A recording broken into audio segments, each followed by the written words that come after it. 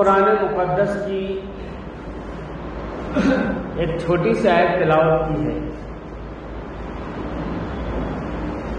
کہ اِنَّا نَحْنُ نَزَّلْنَا الذِّكْرَ وَإِنَّا لَهُ لَحَافِظُونَ، کہ اللہ ہی نے قرآن کو اتارا اور وہی اس کی حفاظت کرنے والا ہے۔ اِنَّا نَحْنُ نَزَّلْنَا الذِّكْرَ وَإِنَّا لَهُ لَحَافِظُونَ، کہ اللہ ہی نے قرآن کو اتارا اور وہی اس قرآن کو حفاظت کرے گا قیامت تک۔ تو قرآن پر انگلی اٹھانے والے، قرآن پر جملہ بولنے والے بہت آئے اور بہت چلے گئے۔ قرآن آج بھی ویسے ہی ہے اور کل بھی ویسا رہے گا اور قیامت تک ویسی رہے گا۔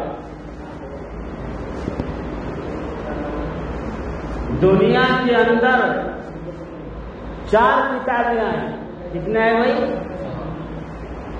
توریت، زبور، انجیل اور آخر میں قرآن کریم۔ ایک بات بتا کر کے چلتا ہوں، دل و دماغ میں اس کو نوٹ کر لیجئے گا۔ توریت بھی آئی، انجیل بھی آئی، زبور بھی آئی، لیکن یہ کتاب الہی بن کر کے آئی۔ کیا بن کر کے آئی بھائی؟ کتاب الہی بن کر کے آئی۔ لیکن جب قرآن آیا تو کلام الہی بن کر کے آیا۔ کیا بن کے آیا بھائی؟ کلام الہی بن کر کے آیا۔ توریت، زبور، انجیل یہ کتاب الہی بن کر کے آئی ہے، لیکن جب قرآن کی باری آئی تو اللہ تعالیٰ نے فرمایا یہ میرا کلام آ رہا ہے، رب کی زبان سے نکلی ہوئی الفاظ، نکلے ہوئے بول آ رہے ہیں۔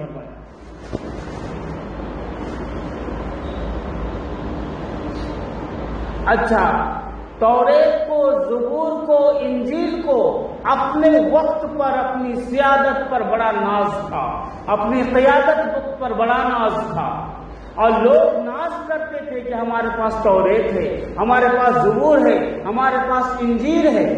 کب تک ناز کرتا رہا؟ کب تک سیادت کرتے رہے؟ کب تک اس کے اوپر قیادت کرتے رہے؟ جب تک قرآن نہیں آیا تھا۔ لیکن جب اللہ کا قرآن آ گیا، اللہ کا قرآن آ گیا تو چمن کے اندر بہار آ گیا فرمایا، اور وہ قرآن آیا تو آیا اور قیامت تک کے لیے آیا۔ اور جب قرآن آیا تو اب نہ توریت چلے گی، نہ انجیل چلے گی اور نہ زبور چلے گی، بلکہ تمام کتابوں کا نچوڑ اللہ تبارک و تعالیٰ نے قرآن مقدس کو بنا کر کے بھیج دیا۔ آج جس قرآن کو ہم اور آپ طاقوں میں سجا کر کے رکھ دیے ہیں، ماشاءاللہ، طاقوں میں عطر میں لگا کے، خوشبو میں بسا کے اور چاندی کے ڈبے پر پیک کر کے رکھ دیے ہیں، اور ہم حکومت کے سامنے رونا رو رہے ہیں کہ آج مسلمانوں کے ساتھ انصاف نہیں ہو رہا ہے، آج مسلمانوں کے حقوق پر بات ہو رہی ہے، آج طلاق پر بات ہو رہا ہے، تو آج کس کے اوپر بات ہو رہی ہے؟ اور ہم آج حکومت سے پریشان ہیں۔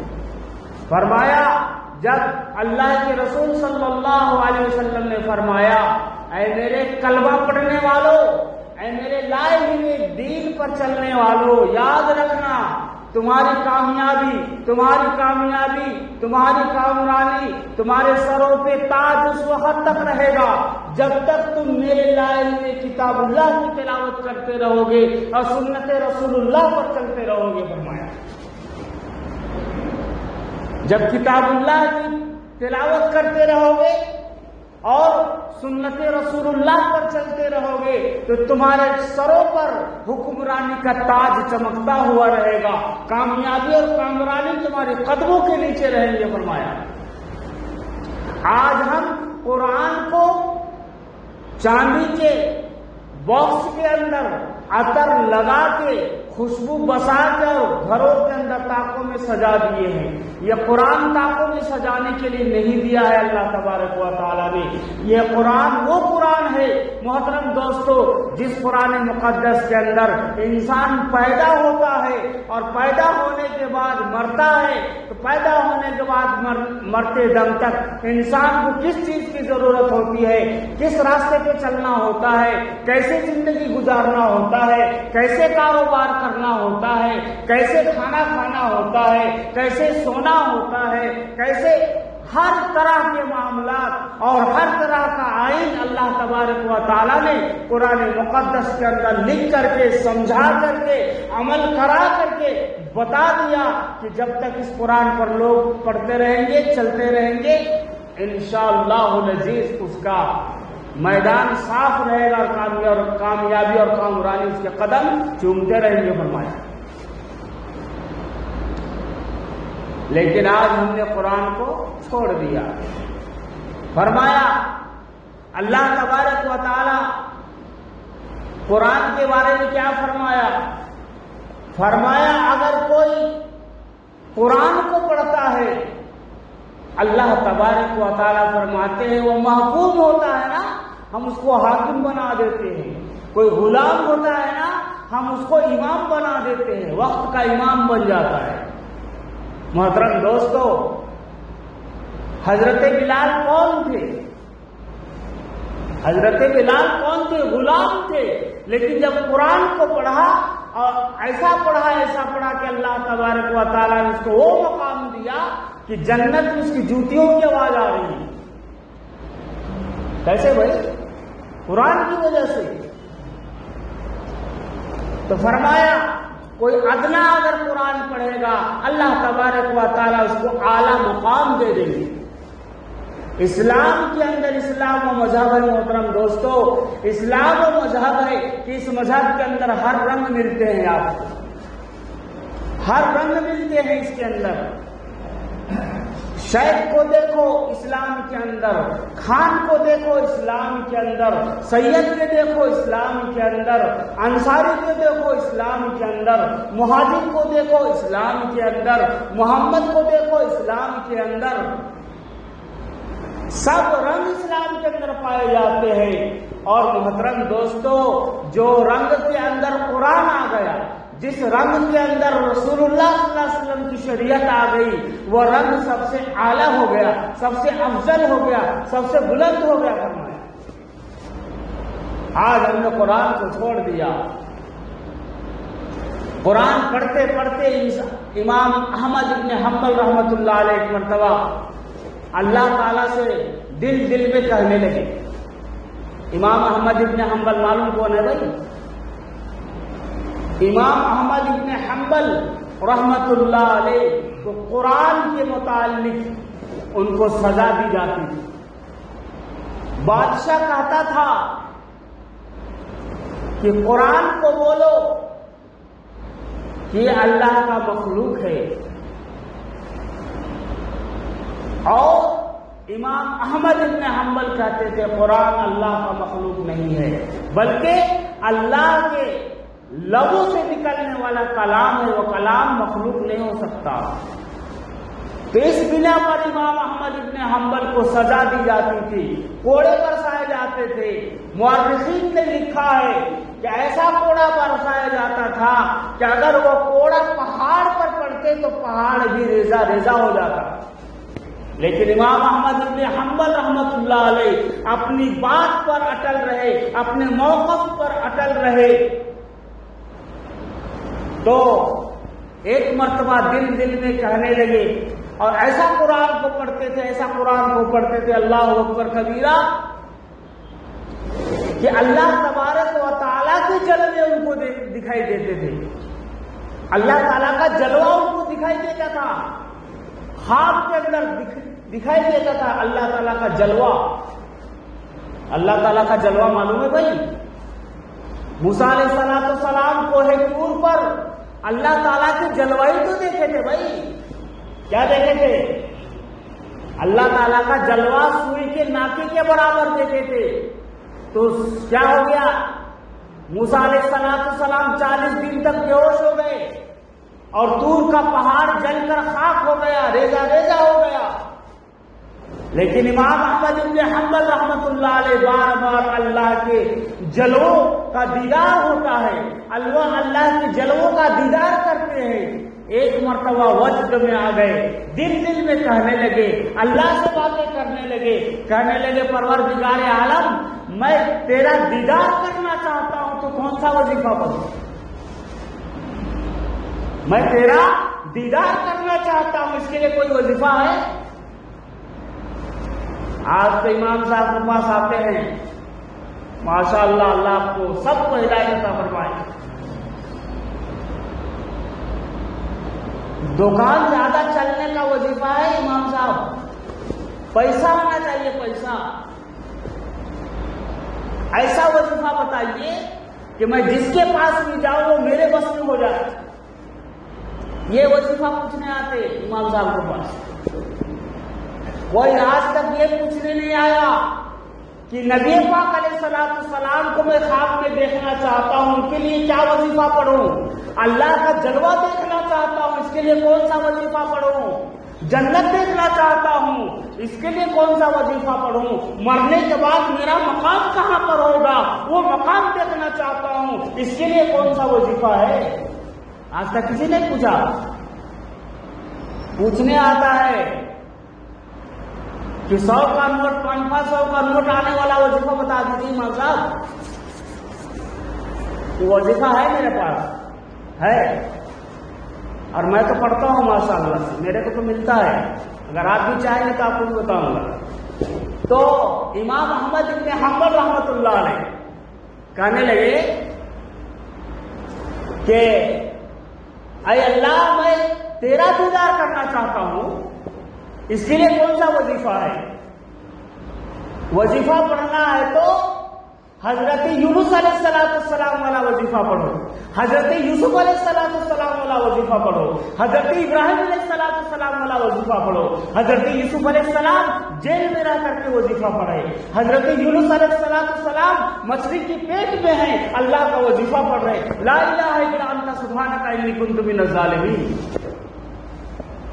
ابراہیم خلیل اللہ علیہ السلام وظیفہ پڑھے آگ کے اندر جا کر کے، یا نار کونی بربم سلام علی ابراہیم.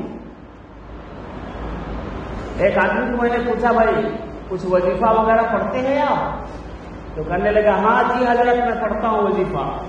میں نے بھی کہا مذاق سے کہا کہ ذرا سناؤ تو صحیح میں کون سا وظیفہ پڑھتے ہو؟ تو کہنے لگا جل تو جلال تو میری بیوی کو ڈال تو. ارے یہ کیا وظیفہ ہے بھائی؟ جل تو جلال تو میری بیوی کو ڈال تو. میں سمجھ گیا کہ ان کی چاہے تو ان کی خصلت صحیح نہیں ہوگی یا تو ان کی بیوی کی خصلت صحیح نہیں ہوگی. یہ بیوی سے پناہ مانگ رہا ہے یا بیوی سے پناہ مانگ رہی ہے. تو ایسا وظیفہ مت پڑھو بھائی، قرآن اور حدیث والا وظیفہ پڑھو. وظیفہ اگر پڑھنا ہے تو استغفر اللہ کا وظیفہ پڑھو، چلتے پھرتے اٹھتے بیٹھتے وظیفہ پڑھو، استغفر اللہ ربی من کل ذنب واتوب الیہ.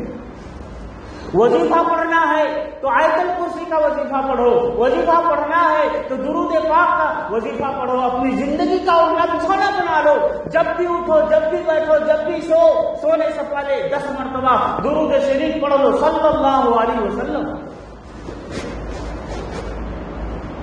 دوبارہ اللہ تبارک و تعالیٰ سے پوچھنے لگے امام احمد بن حنبل، دل میں پوچھنے لگے پروردگار عالم میں تیرا دیدار کرنا چاہتا ہوں، میں تیری زیارت کرنا چاہتا ہوں، کون سا وظیفہ پڑھوں؟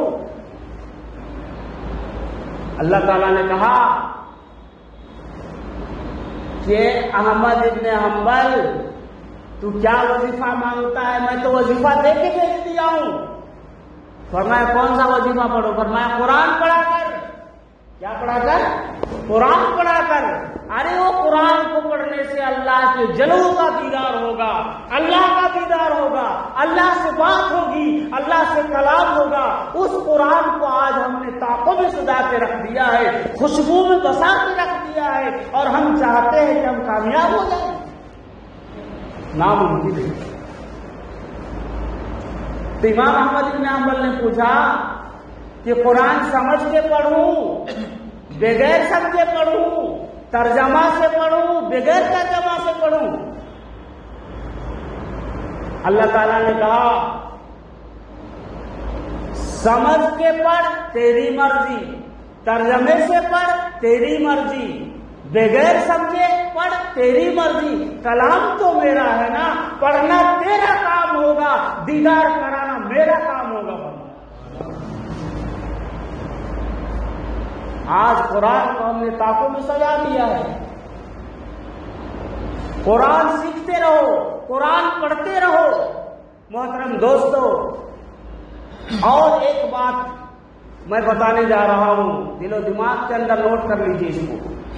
آج ہم حافظوں کو، عالموں کو، اماموں کو بہت گری ہوئی نگاہ سے دیکھ رہے ہیں، لیکن محترم دوستو، فرمایا ایک حافظ کو اگر حافظ ہے، حافظ قرآن ہے، تو اس کو پوری کائنات کی دولت مل گئی، پوری کائنات کی دولت اس کے سینے میں ہے، پوری کائنات کی دولت۔ فرمایا کل قیامت کے دن ایک حافظ کا یہ مقام ہے، ایک مفسر کا مقام کیا ہوگا، ایک عالم کا مقام کیا ہوگا، جو قرآن کی ایک ایک حرف کو کھود کھود کر کے نور نکالتا ہے، اس کا عالم کیا ہوگا، اس کا مقام کیا ہوگا؟ بھائی ہم اور آپ روزانہ پڑھتے ہیں الحمدللہ رب العالمین الرحمن الرحیم مالک یوم الدین ایاک نعبد و ایاک نستعین۔ ایاک نعبد و ایاک نستعین کا مطلب معلوم ہے کہ اللہ ہم تیری ہی عبادت کرتے ہیں اور ہم تجھ سے ہی مدد مانگتے ہیں، لیکن یہ لفظ کب بولنا ہے؟ جب سارے لوگوں کے ساتھ مل کر کے عبادت کر رہے ہیں تو نستعین کہنا ہے، اور اہدنا الصراط ایاک نعبد کہنا ہے اور نستعین کہنا ہے۔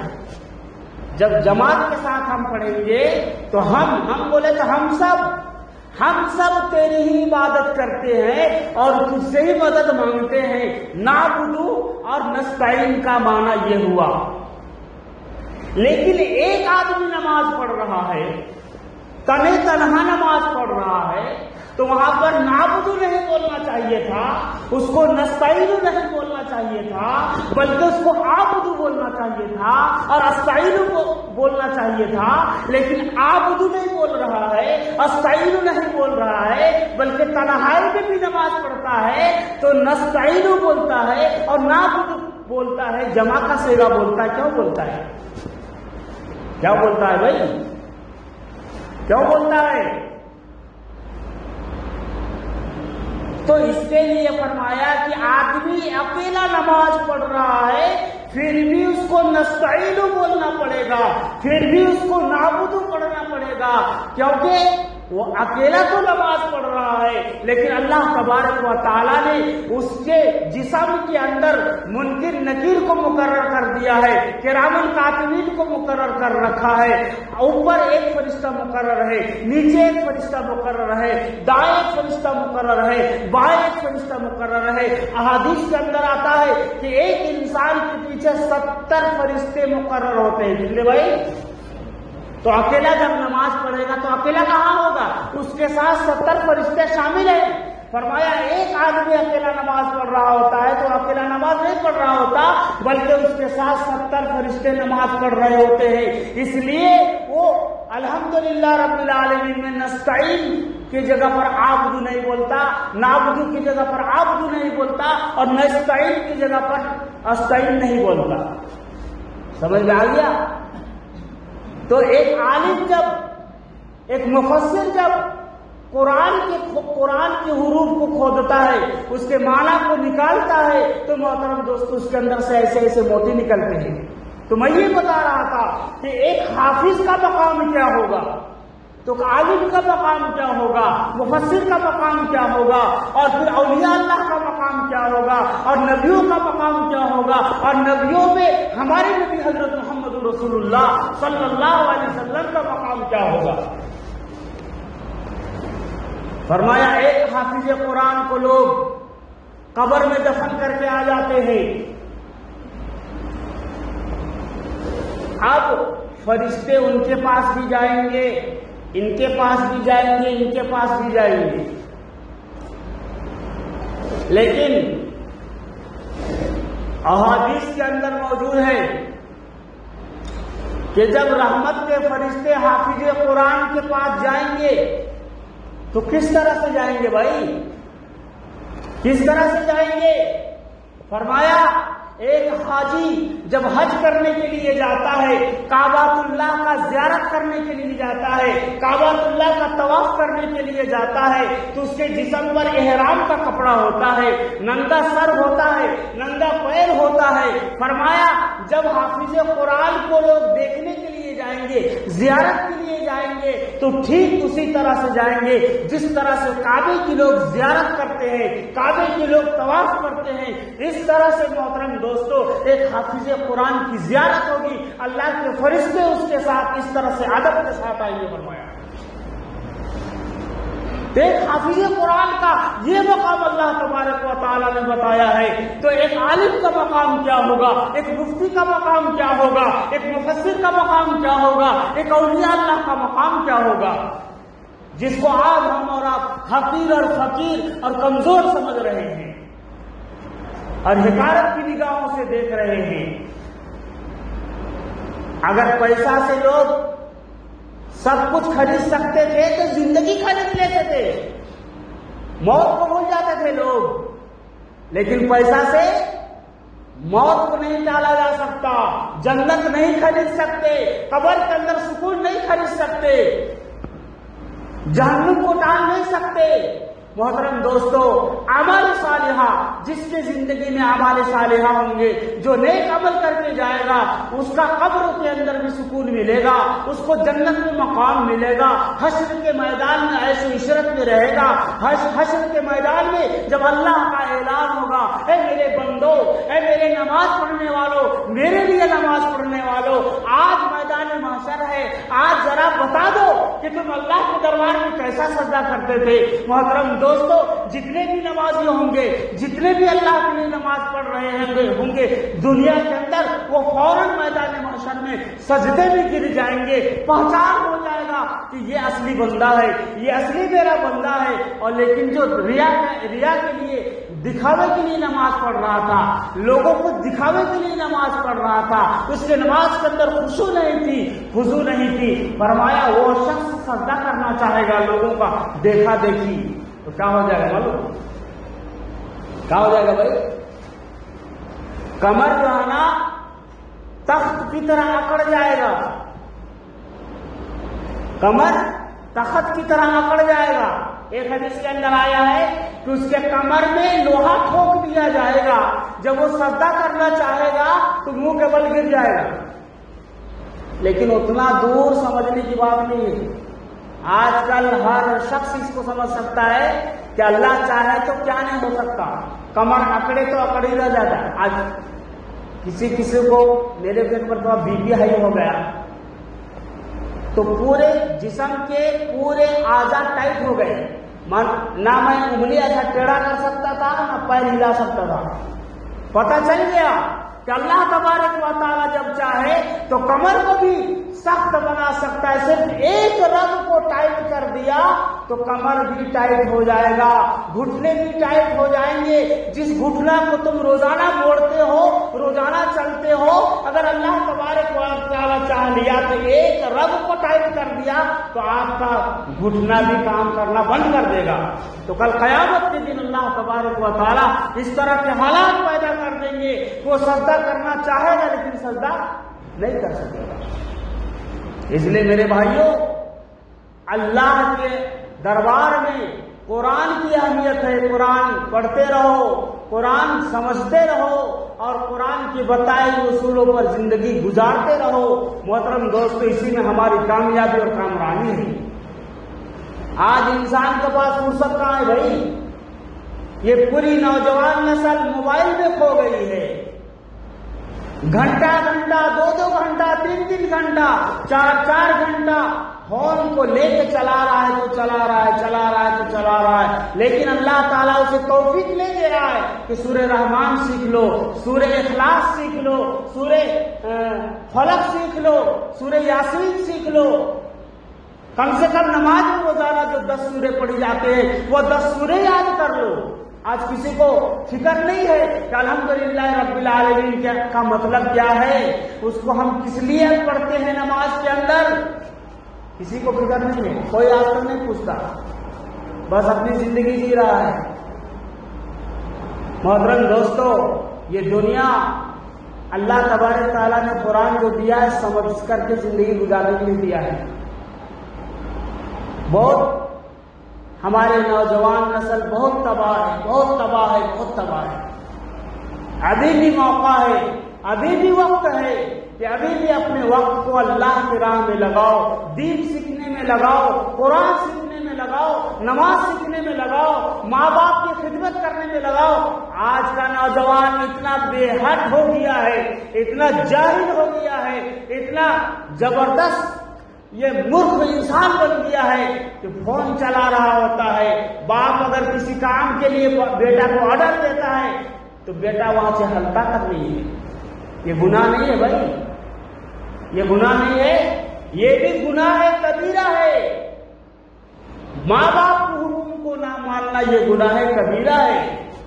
اس کے بعد تم اللہ کے پاس جا کے کہو گے کہ اللہ ہمیں جنت دے دے، تو دے گا جنت؟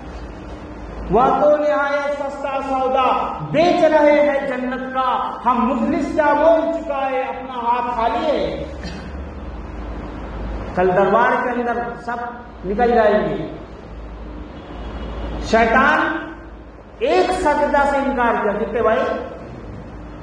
زور سے بولو بھائی۔ ایک سجدہ سے شیطان نے انکار کیا۔ آج مسلمان کے گھر میں پیدا ہونے والا، کلمہ پڑھنے والا کتنے سجدے کا انکار کر رہا بھائی؟ روزانہ 40 سجدے کا، 5 وقت کی نماز میں کتنے سجدے ہوتے؟ 40 سجدے۔ ایک سجدہ کا انکار کیا تو اللہ تعالیٰ نے فرمایا انک رجیم، تو مردود ہے، نکل جا، فرمایا۔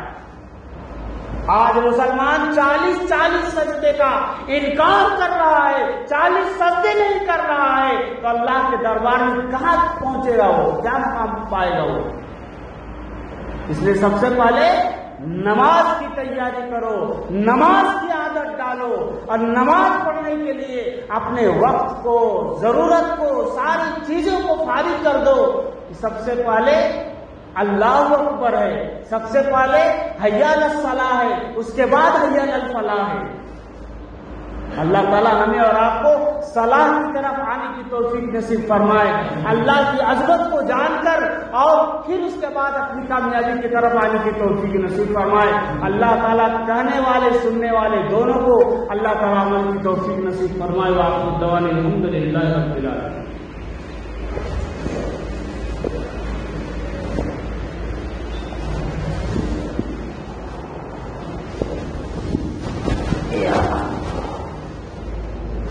Yeah.